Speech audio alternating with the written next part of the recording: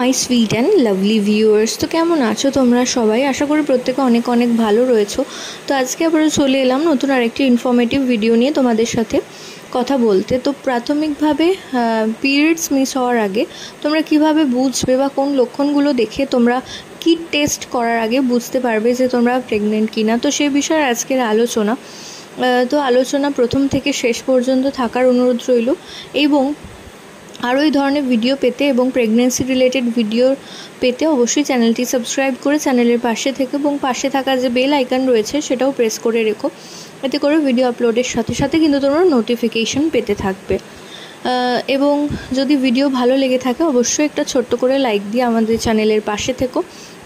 তো প্রাথমিকভাবে পিরিয়ডস এবং পিরিয়ডস মিস হওয়া দুটোর মধ্যে কিন্তু অনেক কিছু রিলেট করে।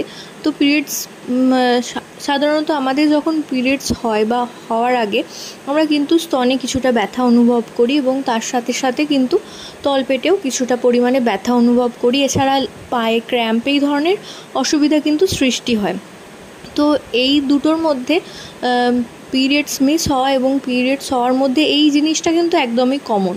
তো যখন তোমরা প্রেগনেন্ট হবে তখন কিন্তু পেটে যে হালকা করে যে ক্র্যাম্পটা হয় সেটা কিন্তু হবে, অল্প অল্প ব্যথা হতে হতে কিন্তু সেই ব্যথাটা আবার মিলিয়ে যাবে, অর্থাৎ সেটা কিন্তু তোমার পিরিয়ডসের দিকে এগোবে না আর।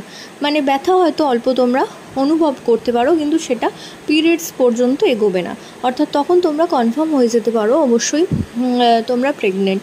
এছাড়াও আরও কিছু পরিবর্তন তোমরা তোমাদের মধ্যে লক্ষ্য করতে পারবে, যেটা হচ্ছে প্রচণ্ড পরিমাণে অলসতা লাগবে এবং ক্লান্তি ভাব, ঘুম ঘুম ভাব, এই ব্যাপারগুলো কিন্তু এই সময় প্রচণ্ড বেশি পরিমাণে অনুভব করবে তোমরা।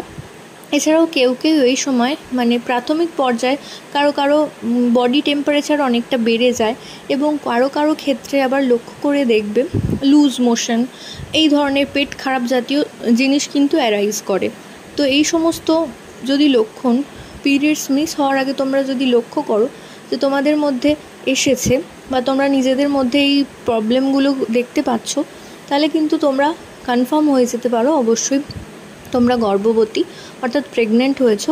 তো এই ধরনের আশা করছি ভিডিওটা তোমাদের কাজে আসবে, এবং আরও এই ধরনের ভিডিও পেতে অবশ্যই চ্যানেলটি সাবস্ক্রাইব করে চ্যানেলের পাশে থেকো, এবং পাশে থাকা যে বেল আইকন রয়েছে সেটাও কিন্তু প্রেস করে রেখো। এতে করে ভিডিও আপলোড করলে তোমরা নোটিফিকেশন পেতে থাকবে। তো প্রত্যেকে ভালো থেকো, সুস্থ থেকো, এই কামনা করে ভিডিও এখানেই শেষ করলাম। এবং প্রেগনেন্সি রিলেটেড ভিডিও পেতে অবশ্যই চ্যানেল সাবস্ক্রাইব করে রেখো। তো সকলকে নমস্কার জানিয়ে ভিডিও এখানেই শেষ করলাম। নমস্কার।